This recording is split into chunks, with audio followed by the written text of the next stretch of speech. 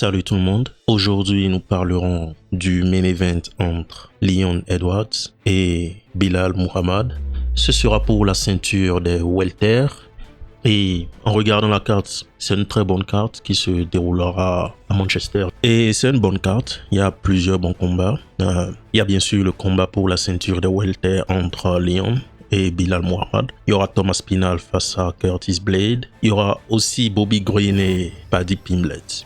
Donc oui, parlons de ce main event.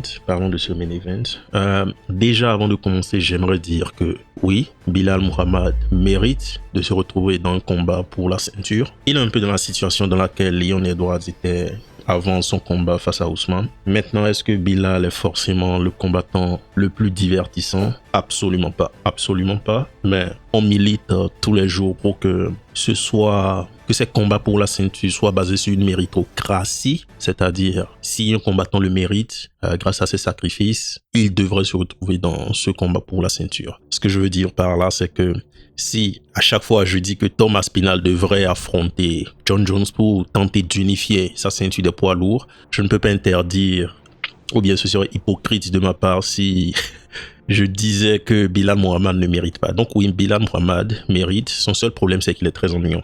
C'est tout, après, c'est son style de combat et à la fin de la journée, le plus important est de gagner.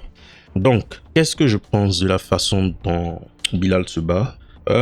C'est comme j'ai dit, c'est plutôt simple, c'est plutôt rudimentaire ce qu'il fait. Je peux l'expliquer très brièvement, très rapidement. Dans certains combats, il a juste cette tendance à sauter de gauche à droite. Ça, il a beaucoup fait, par exemple, dans le combat face à Luque. Pour son mouvement est relativement rudimentaire. Il est en position de droitier. Et bon, quand tu lui mets la pression, il part de gauche à droite. Par contre, dans son combat face à Stephen Thompson, c'est-à-dire Wonderboy, il mettait beaucoup plus la pression. Mais je pense que c'est parce que tout le monde sait que Stephen Thompson, c'est sa kryptonite. Genre, il est juste là pour striker, il n'est pas là pour lutter. Donc, dans ce combat, Belal lui mettait beaucoup plus de pression. Mais en général, Belal ne met pas vraiment de la pression. Et quand tu essaies de le cadrer, il ira juste sur le côté. Maintenant, pour ces combinaisons, elles sont plutôt simples. Elles sont très simples même, je dirais. C'est juste des 1-2 en ligne droite. C'est très souvent ce qu'il fait. S'il ne fait pas le 1-2 en ligne droite, souvent à la fin des échanges, il va tenter un high kick. C'est souvent ce qu'il fait. Ça se limite à ça. Tout le striking de Belal. Maintenant, comment il obtient cette takedown? Il obtient cette takedown quand il se rapproche en fait de son adversaire. Dans le combat face à Luque, c'était très clair parce qu'il obtenait cette takedown à la fin de chaque round. Donc, la configuration est qu'il ne faisait pas grand-chose et ensuite il obtenait cette takedown et je pense que c'est l'une des raisons pour lesquelles il arrive toujours à aller à la décision. C'est pas comme si il en fait beaucoup debout et comme il est quand même un lutteur d'un haut niveau, très souvent ses adversaires vont un peu l'observer et à la fin du round, quand il sent qu'il n'a pas fait grand-chose, il va se rapprocher, va obtenir un takedown. Et ça, c'est le cas dans lequel les adversaires le laissent s'approcher. Sean Brady le laissait un peu moins s'approcher, mais finalement j'ai juste cette impression que pour une quelconque raison, Sean Brady il s'est juste écroulé. Dans le combat, c'est très bizarre à voir. Il y a une séquence où tout se passe très bien pour Sean et à un niveau il baisse juste en régime. Il a juste baissé en régime et c'est là que Belal a réussi à le battre. Même dans son combat face à Gilbert Burns, dès le premier round, Gilbert Burns s'est totalement pété l'épaule et il n'a pas pu le finir. Donc c'est à ce point que Belal manque d'entrain en fait. Il manque d'entrain, il n'est pas très agressif. Même face à un Gilbert Burns blessé, il ne l'a pas fini. Et tout ce qu'il va faire, c'est sauter de gauche à droite, peut-être envoyer un 1-2, peut-être finir son 1-2 avec un high kick, tourner un peu en rond. En fait, il fait beaucoup trop de mouvements. Il fait beaucoup de mouvements sans forcément attaquer. C'est pour ça que les gens ont dit qu'il est ennuyant. Et même quand il l'amène au sol, c'est pas comme s'il contrôle, mais là, il s'entraîne avec l'équipe de Khabib. Il s'entraînait Khabib depuis, je pense, bientôt 1 an ou un peu plus. Donc, je pense que son contrôle au sol devrait progresser. On verra face à Edwards. Son contrôle au sol devrait normalement progresser, mais d'un autre côté, ça reste Leon Edwards qui a l'une des meilleures défenses de takedown de la division. Donc pour ce que Belal Mohamed fait, c'est un peu ça. Je vais continuer avec la façon dont le premier combat entre Edwards et lui s'est déroulé. Dans ce combat, ce qui est intéressant à constater, et c'est pour ça que même si je n'aime pas trop me lancer dans des pronostics, parce que ça reste du MMA, je n'aime pas trop ça, et aussi ça peut m'arriver d'être un chat noir, même si je n'aime pas trop les pronostics, j'ai du mal à voir comment Belal pourrait gagner ici. Parce que justement dans le combat de Edwards, ça a duré un seul round, mais Belal avait beaucoup de mal. Et si le combat avait continué, parce que le combat s'est achevé en no contest, sans le savoir, Leon lui a mis les doigts dans les yeux et il ne pouvait juste pas continuer le combat. Donc ça s'est fini en un combat sans décision, un no contest. Le premier round était totalement Leon Edwards. Leon ne le laissait pas en fait s'approcher de lui. Et c'est ça...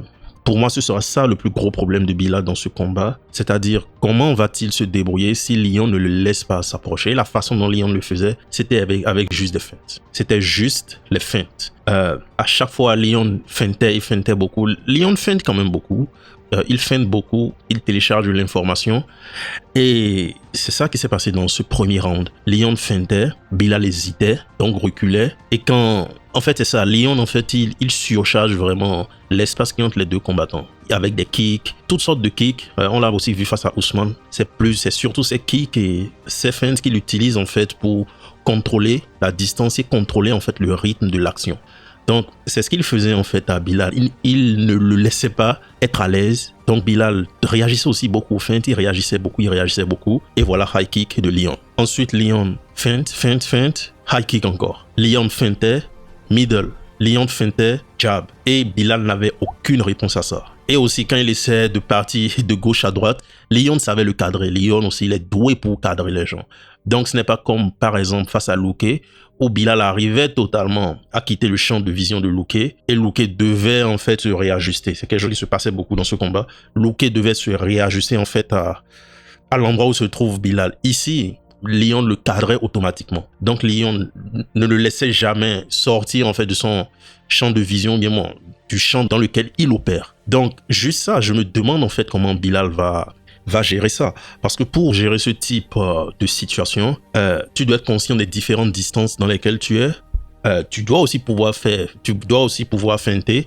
Il faudrait que la personne devant toi morde aussi aux feintes et il faudrait que tu envoies des choses dans l'espace entre vous deux pour décourager la personne devant toi. C'est comme ça que tu es censé gérer ce type de situation. Mais dans ce premier round, entre Leon et Edwards et Belal n'a rien fait de tout ça. Belal subissait un peu et c'est uniquement quand Leon choisissait de rentrer en distance de boss qu'il essayait d'envoyer quelque chose. Mais même ça, comme je l'ai dit, c'est juste des 1-2 qui étaient très prévisibles pour Leon.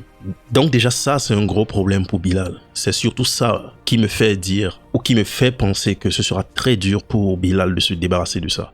Et maintenant, si on passe à la lutte, Leon a une très bonne défense de lutte. Dans cette division des welter, il est celui qui a l'une des meilleures défenses. Et ce n'est pas comme si Belal est une aussi grosse menace.